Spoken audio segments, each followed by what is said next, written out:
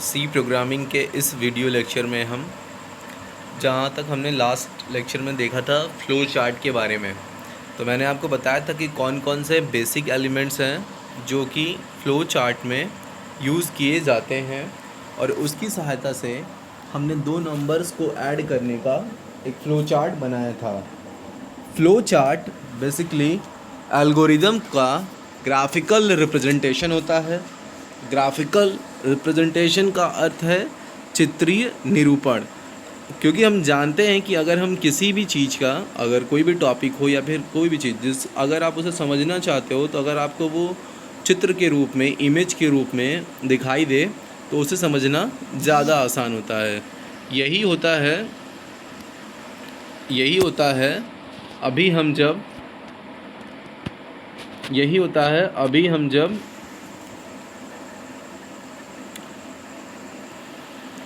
अभी हम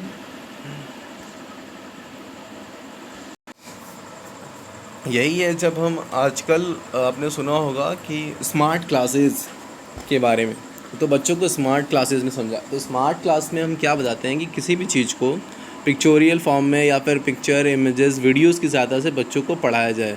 advance learning, जिससे बच्चे आसानी से समझ सकें, ग्रैप्स कर सकें। तो सिमिलरली आपके एल्गोरिदम का ग्राफिकल रिप्रेजेंटेशन फ्लो चार्ट कहलाता है।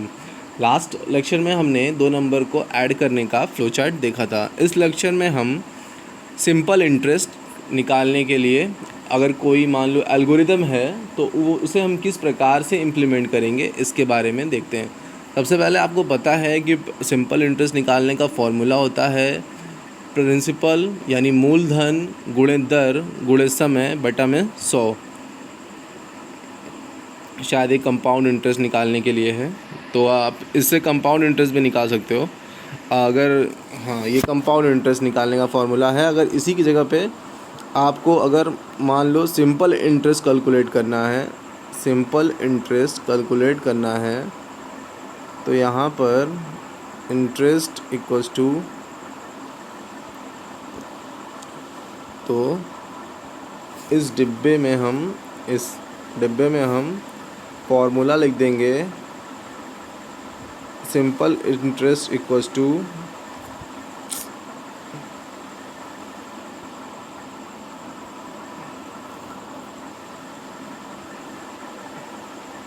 PRT upon 100। इसके जगह ये जो है कंपाउंड इंटरेस्ट का फॉर्मूला है। अगर आपको सिंपल इंटरेस्ट कैलकुलेट करना है तो उसके लिए फॉर्मूला हो जाएगा हमारा PRT। यहाँ पर N हमने लिया हुआ है, लेकिन आप इसे T ले सकते हो।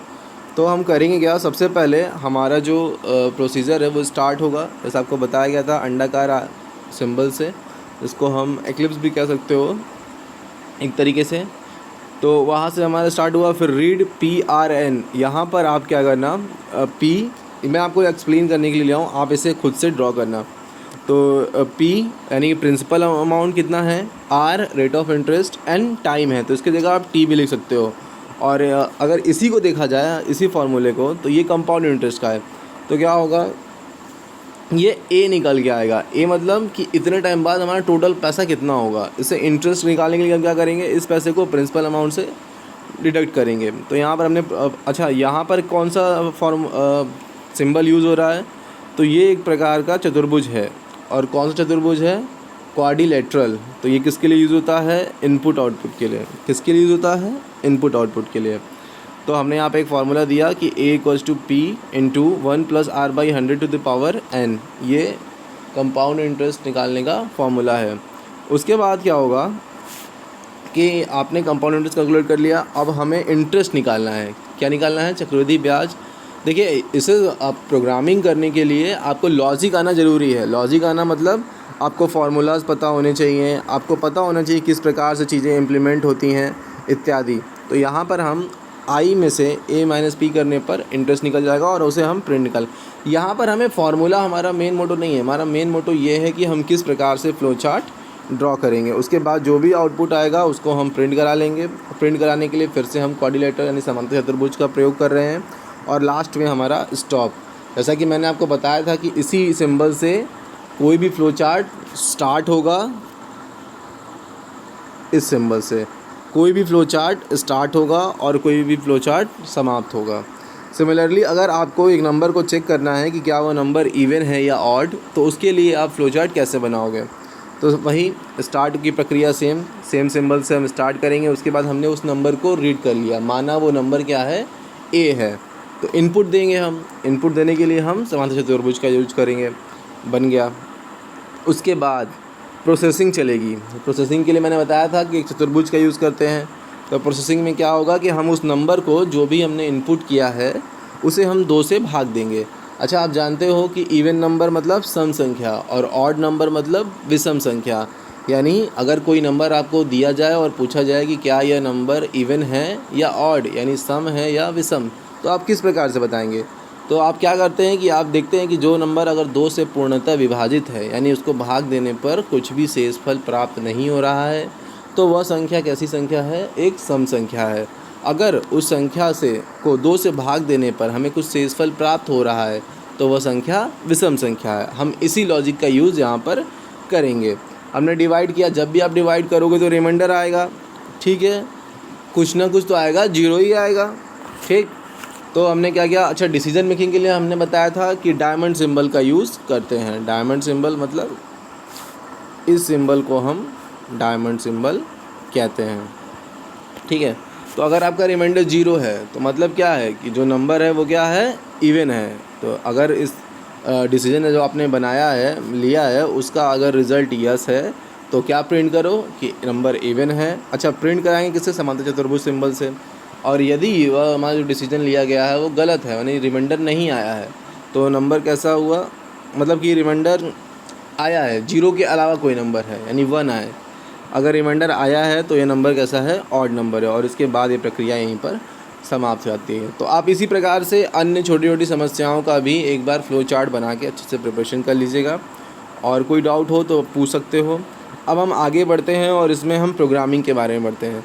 मैंने आपको पहले भी प्रोग्रामिंग के बारे में बताया है कि प्रोग्रामिंग एक इंस्ट्रक्शन के सेट को क्रिएट करने की प्रक्रिया है।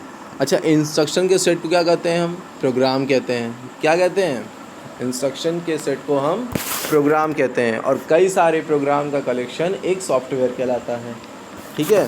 तो इंस्ट्रक्शंस के सेट को हम प्रोग्राम कहते हैं। तो प्रोग्रामिंग क्या हुआ? प्रोग्राम को क्रिएट करने की प्रक्रिया, यानी कि प्रोग्राम को बनाने की प्रक्रिया को हम क्या कहते हैं? प्रोग्रामिंग कहते हैं, ठीक है। अच्छा, प्रोग्राम करता क्या है? तो प्रोग्रामिंग किस लिए करते हैं? सबसे बड़ी बात ये जानिए। तो हम प्रोग्रामिंग का कॉन्सेप्ट इसलिए आया ताकि हम अपनी समस्याओं को आसानी से हल करा सकें। और किसके द्वारा हल करा सकें? कंप्यूटर के द्वारा हल करा सकें। अच्छा, कंप्यूटर को समझाने के लिए हमें क्या लिखना पड़ता है? प्रोग्राम लिखना पड़ता है। क्यों? क्योंकि कंप्यूटर मनुष्य की भाषा या फिर उसके द्वारा दिए गए निर्देशों को डायरेक्टली समझ नहीं सकता, मनुष्य की भाषा में ही समझ रहे हैं। जैसे कि आपने कंप्यूटर से कहा, कंप्यूटर तुम जो है गूगल खोल दो, तो क्या कंप्यूटर गूगल खोल देगा? आज के समय में ये पॉसिबल है just because of speech recognition, लेकिन उसके पीछे भी कई सारे एल्गोरिदम काम करते हैं। वो क्या करता है? आपने जो कहा उसे वो रीड करता है, उसके बाद उसके संबंधित मशीन कोड यानी वह कोड जो कंप्यूटर भी एक प्रकार का इलेक्ट्रॉनिक मशीन है, यानी जो कंप्यूटर को समझ में आ सके उस भाषा में कन्वर्ट करता है। यानी किस भाषा में? 0 और 1 के फॉर्म में, ठीक है। तब हमारी आगे की प्रक्रिया स्टार्ट होती है। तो प्रोग्रामिंग एक इंस्ट्रक्शन के सेट यानी इंस्ट्रक्शन के सेट को क्या कहते हैं? प्रोग्राम कहते हैं। को क्रिएट करने की प्रक्रिया है जो कंप्यूटर को यह बताता है कि किसी टास्क को कैसे परफॉर्म करना है। समझ रहे? क्योंकि कंप्यूटर का अपना दिमाग तो होता नहीं, कंप्यूटर मानव के द्वारा दिए गए निर्देशों के आधार पर कार्य करता है। तो वो जैसा भी निर्देश देगा उस प्रकार से वो उस प्रक्रिया को परफॉर्म करेगा। तो प्रोग्रामिंग को अब प्रोग्रामिंग करने के लिए क्या होता है? जैसे आप कुछ लिखते हो, लेटर लिखते हो, क्यों लिखते हो? ताकि अपने विचारों को व्यक्त कर सको, ठीक है। तो और उसके लिए कौन सी भाषा का प्रयोग करते हो? ऐसी भाषा का प्रयोग करते हो कि जिसको आप लेटर लिख रहे हो उसे वो समझ में आ सके। बात को समझिएगा। मान लीजिए कि आप अपने किसी दोस्त को लेटर लिख रहे हो, ठीक है। तो अगर उसे हिंदी और अंग्रेज़ी समझ में आती है तो आप उसे किस भाषा में पत्र लिखेंगे? या तो हिंदी में लिखेंगे या तो अंग्रेज़ी में लिखेंगे। ऐसा तो है नहीं कि उसको चाइनीज़ में लिख के भेज देंगे, ठीक है। तो उसी प्रकार से अगर आप चाइनीज़ में लिख के भेजेंगे तो समझ में आएगा? कुछ समझ में नहीं आएगा। केवल आपका पत्र पहुंच जाएगा, ना ही आपके दोस्त को आपकी फीलिंग्स के बारे में पता चलेगी, ना ही आपकी भावनाओं के बारे में। तो बेहतर ये होगा कि उस भाषा में लिखें जिसमें वो समझ सकें। उसी प्रकार से कंप्यूटर भी के भी जो प्रोग्राम होते हैं उनमें हम कुछ प्रोग्रामिंग लैंग्वेजेस का यूज़ करते हैं। ये लैंग्वेज डायरेक्टली तो कंप्यूटर को समझ में नहीं आते, लेकिन हम बीच में कन्वर्टर का यूज़ करके अपने लिखे गए प्रोग्राम को, यानी जो कि हाई लेवल के प्रोग्राम होते हैं, किसके होते हैं? हाई लेवल या मिड लेवल के प्रोग्राम होते हैं, उनको मशीनी भाषा में यानी लो लेवल प्रोग्राम में कन्वर्ट कर देते हैं। ये अभी आगे के लेक्चर्स में आपको बताऊंगा। यहाँ पर इतना देखिए कि प्रोग्रामिंग को करने के लिए हम विभिन्न प्रोग्रामिंग लैंग्वेज जैसे पाइथन, सी प्लस प्लस इत्यादि की सहायता ली जाती है या उनकी सहायता से की जा सकती है। अच्छा, सी के बारे में आपको पढ़ना है, कंप्यूटर प्रोग्रामिंग यूजिंग सी। ठीक है, तो कंप्यूटर द्वारा किसी कार्य को कराने के लिए, यानी कंप्यूटर से कोई काम कराने के लिए, अपना काम निकालने के लिए, ठीक है, कंप्यूटर द्वारा किसी कार्य को कराने के लिए निर्देशों के समूह, जिसको प्रोग्राम करते हैं, मैंने पहले ही बता दिया है, को क्रमबद्ध तरीके से कंप्यूटर को समझ में आने वाली भाषा में, समझ आए, क्रमबद्ध तरीके से कंप्यूटर में कुछ समझ में आने वाली भाषा में प्रस्तुत करने की प्रक्रिया को प्रोग्रामिंग कहा जाता है। ठीक, अच्छा, ये हो गया प्रोग्रामिंग। अब प्रोग्राम का है ये भी जान लीजिए।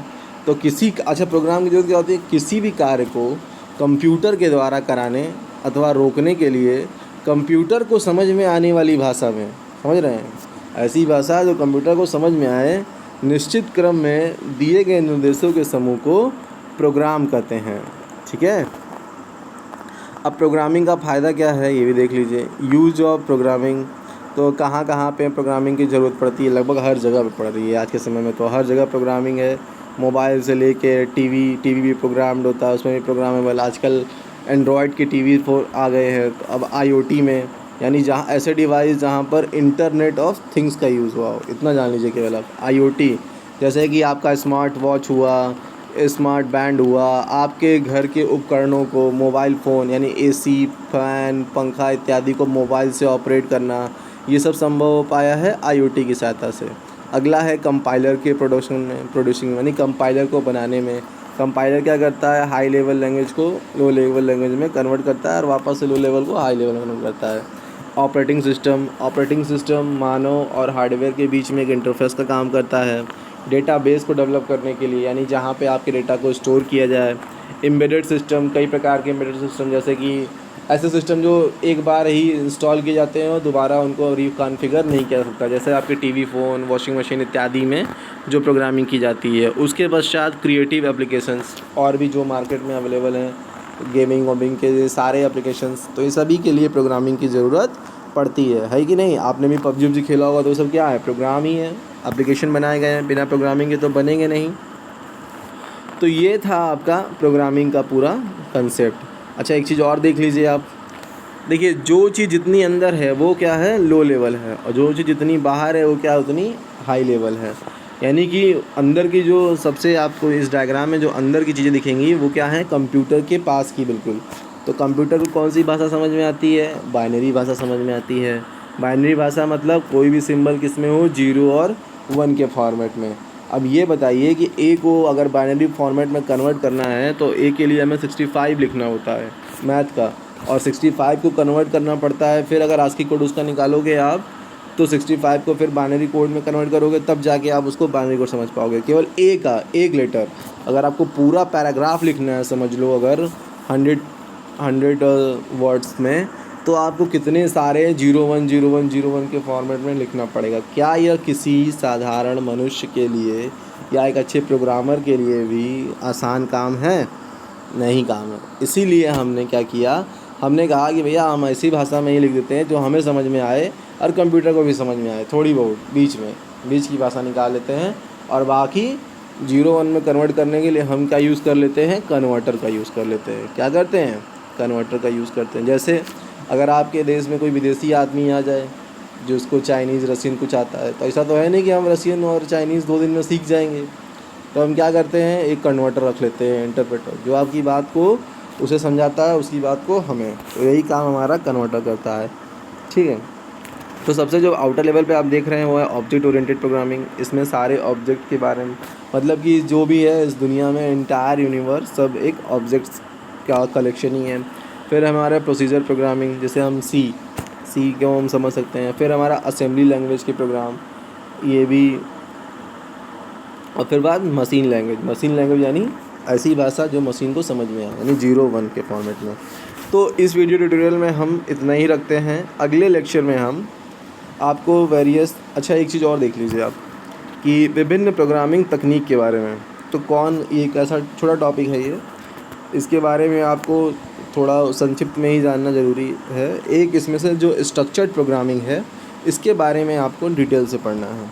बाकी चीज़ों के बारे में भी जानकारी रखिए, लेकिन जो स्ट्रक्चर्ड प्रोग्रामिंग है ये आपके सिलेबस में है और इसके बारे में आपको अच्छे से डिटेल से पढ़ना चाहिए। विभिन्न प्रोग्रामिंग टेक्निक्स देख लीजिए कौन कौन सी हैं। Modular programming, structured programming, top down programming, bottom up programming और ऑब्जेक्ट ओरिएंटेड प्रोग्रामिंग। देखिए मॉड्यूलर प्रोग्रामिंग क्या होती है कि किसी भी बड़े प्रोग्राम को छोटे छोटे मॉड्यूल में तोड़ लीजिए, छोटे छोटे पार्ट्स में तोड़ लीजिए। उसके बाद उन सभी पार्ट्स को अलग अलग कोड करके उनकी टेस्टिंग करके फिर से वापस से उसे कंबाइन करिए। ये आपकी हो गई मॉड्यूलर। स्ट्रक्चर्ड प्रोग्रामिंग के अंदर में हम क्या करते हैं, स्ट्रक्चर्ड प्रोग्रामिंग के अंदर हम जैसा कि आपको नाम से ही समझ में आ रहा है कि एक पूरे प्रोग्राम को एक सिंगल स्ट्रक्चर के रूप में, ठीक है, सिंगल स्ट्रक्चर के रूप में देखते हैं। यानी इसका मतलब क्या है कि इस तकनीक के द्वारा, मतलब कि स्ट्रक्चर्ड प्रोग्रामिंग के द्वारा जो भी प्रोग्राम के इंस्ट्रक्शंस होते हैं वो 1 बाय 1 एग्जीक्यूट होते हैं। यानी जैसे कि अगर मान लीजिए 1 से लेकर 10 तक गिनती है तो आपको 1 बाय 1 1 2 3 4 5 6 7 8 9 10 इस तरह से एग्जीक्यूट होगा। ऐसा नहीं कि आप 1 के बाद फिर 5 फिर 9 फिर 4, यानी जंपिंग को ये सपोर्ट नहीं करता है। ठीक है, अभी से आगे बताऊंगा मैं आपको। फिर है top down programming. Top down में क्या है, बेसिकली मॉड्यूलर प्रोग्रामिंग का एक एनहांस वर्जन है। यानी कि अपने प्रोग्राम को छोटे मॉड्यूल में बांटिए और सबसे ऊपर वाले मॉड्यूल को, जगह जो कि सबको सुपरवाइज़ कर रहा होगा एक तरीके से पेरेंट के रूप में, उसको सबसे पहले समस्या का समाधान करिए। उसके बाद जो उसके चाइल्ड हैं यानी सब मॉड्यूल हैं उनको सॉल्व करिए। ये प्रक्रिया टॉप डाउन कहलाती है। Bottom up just top down का अपोजिट, यानी नीचे से सॉल्व करते हुए ऊपर आइए। फिर हमारा ऑब्जेक्ट ओरिएंटेड प्रोग्रामिंग जो कि रियल वर्ल्ड से रिलेटेड है और इसके कई सारे फ़ायदे भी हैं, जिसे मैं आपको अगले वीडियो ट्यूटोरियल में बताऊंगा।